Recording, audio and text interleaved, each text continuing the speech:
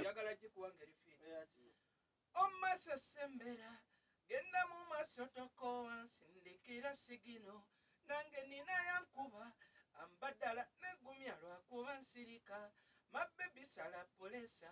kulaba osumuludde amapesa ogusota gugwe tegukubojja zingako ebintu byo mabbebebi mase laavu mase figa ye bwemutunuulira enkuba yakula bulungi okuva wansi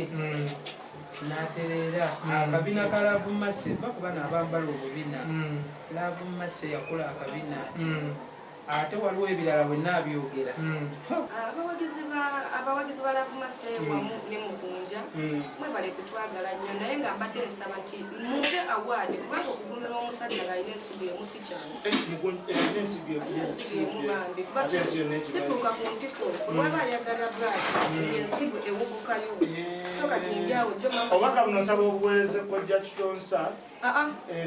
abo bonna tebakola ntambudde kiyitibwa nti eddagala erigeza akabina erigeza ensigo entumbwe yonna saagala tubogereko tebikola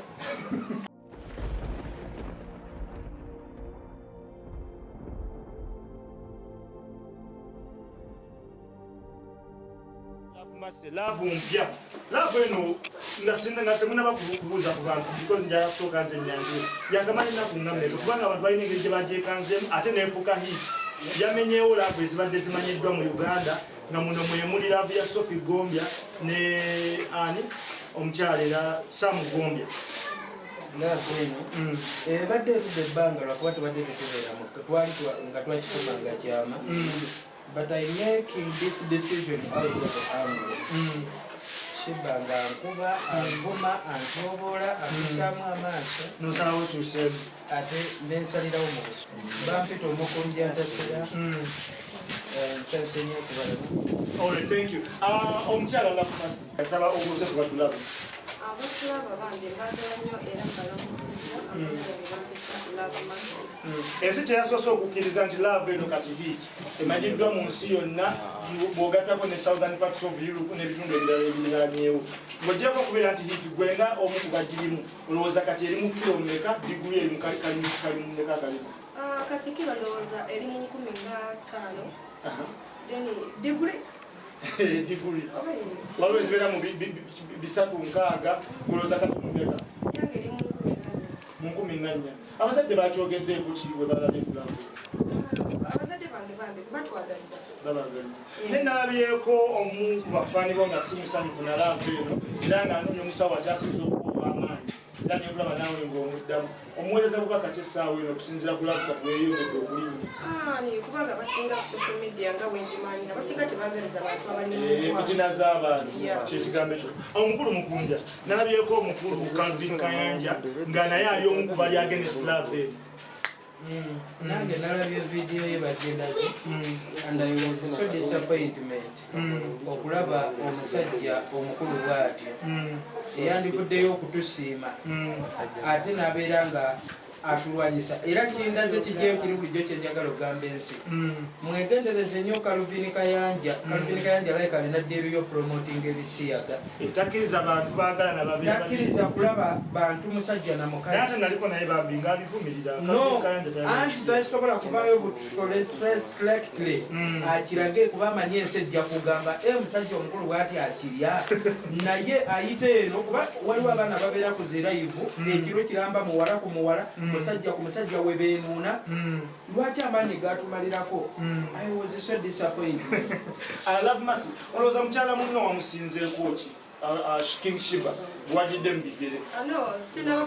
biriwo ebyamuleyali yanzirira mu bigere kubanga omwami wange twefuna ku banoonya nagala waka akatambi kubukedde bambi omwami wange mukubiseera ebyo yali abeera mitiyana ng'akuba amatafaali bambi kati bwe yandaba kubanoonya n'akubira gye namusanga ku ddakiika eno omuweereza kayimba ng'ogyeko akakwesibako temuli mukola ne Mukunja ke yali yakubbako kati kayimba akayimba kenyeza omuwe ekano akayimba ka Sophie Gombya kwesizeemu nti gwe tolina efuulira nenejjusa omutima Mabango mazogo yuzaliza. keeku Okusakazi kuki omunyirira nnyo wamize ku mpeke ez'obulungi. empeke teziriyo mukwano just nkozesa Nedda buno obulungi bw'oba olina nnyo tosobola kwatomera mpeke. no simira mpeke empeke nazigezaako ne zigaana Buno buli nakyo. no nkozesa omukyala bamuyita atufafena yampa akazito nebanga ndabikako obulungi. Mukunja ku ddakiika ya leero sheebah kubidde obasemedde okwogera. sheebah nasemba lirwe yanvumavuma nankuba kati ate we nagezaako okwekubira endulo nga buli omu alabira ddala they not taking serious. Neŋŋamba kati kansalewo nga bukyalaba neŋŋenda ewala avumase kati nze sheebah simumanyi. Omusajja yenna ali eyo ng'ali mu bufumbo si musanyufu omuweereza bubaka kisaawe ng'akubwa avumwa alangibwa. Agende wonna wonna wafunira emirembe kuba kwesa abasajja tunoonya mirembe. Yesu abamu bayinza kiraba obubi naye bo banyumirwa oli bubi gwekola ekikuwa essanyu. Jasi ekyanumyemu bazadde bange tata yankubidde essimu jjo ku makya luli we twali ku live neravumase kati abantu ab'emitima ebibi basindikira tata akavidiyo kati tebaalaga feesi ya lavumase na bbeere baalaga bino ebyeno wansi eno kati tata n'alowooza nalina musajja munnange kati tata ku makya n'akubira essimu yakubidde yagambye ekigambo takiŋŋambangako kyagabeera ku nsi yakutte essimu n'abeera ku ssimu n'asooka asirika nga mugamba alo nga taddamu olwagize nagamba mwana wange kati sitaani takyatuma yeetuukira. Mukunja nawe olumugira n'osukka. Taata neŋŋamba ki ekimwogeza ekigambo ekizito wawaati siwenda kati nesooka mulinda n'akakkana maze mutegeera. sheebah era simwogeddeko kibi just kunkuba kuba era nkuba ensi eraba ankuba n'ensi ne webateraba era ankuba nabadde n'enkovu lavumase era yanyezenyeze ku mutima ne ku mubiri. Lavumase lava eno epya tugirabewa myaka ng'etaano. lava enkeeno myaka nga 10 naye nga musuubiremu okwawukana bwe tuddamu kubanga lava eyo musuubirayo okwawukana twawukana ffe nga bwe tuddamu ki ekiyinza okubaawula kati. kiyinza otwawula mama wange mukazi mulokole ate bambi omukunja musezi ebyo ebyokusera ebyo byamunsi tebitotolala kuba nti n'abakazi abakiga asabuka buli kimu kyasanze naye waliwo ebintu ebyomunju waliwo abaala kati abamu tebabuulirirwa ng'ali awo bw'atyo lavumase efiga ye olw'omutunuulira enkuba yakula bulungi okuva wansi n'atereera akabina ka lavumase va kuba n'abambala obubina lavumase yakula akabina ate waliwo ebirala bwe naabyogera. abawagizi ba lavumase wamu ne mukunja mwebale kutwagala nnyo naye nga mbadde nsaba nti muve awaadi kubanga okugumira omusajja ng'alina ensigo emu si kyalo ensigo emu bambi kuba situuka ku ntiko olwaba ayagala bwati ensigo ewubukayo so kati ndyawo obaka buno nsaba obuweereze kojja kitonsa abo bonna tebakola ntambudde kiyitibwa nti eddagala erigeza akabina erigeza ensigo entumbwe yonna saagala tubogereko tebikola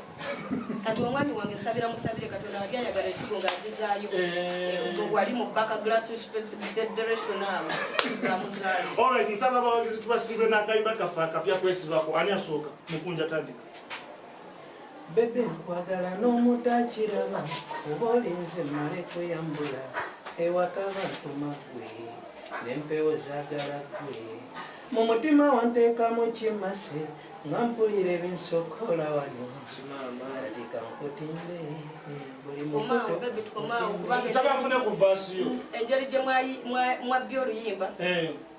n'abalala bayinza olubba sigenda yimba kawo wakome soko tulimukyalina Lavumase, mwagala n'omutakiraba oba olinze mmale kweyambula ewaka bantuma gwe n'empewo zaagala gwe mu mutima wateekamu ki nga mpulira ebinsokola wano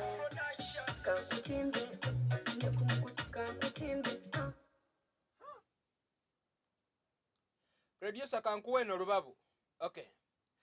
Baby mase sembera genda mu maaso toko wansindikira sigino nange nina yankuba ambadala negumya lwakuba nsirika mabebi sala polesa kulaba osumuludde amapesa ogusota gugwo tegukubojja zingako ebintu byo malalavu mase kashiba kantama genda mu maaso bebi mase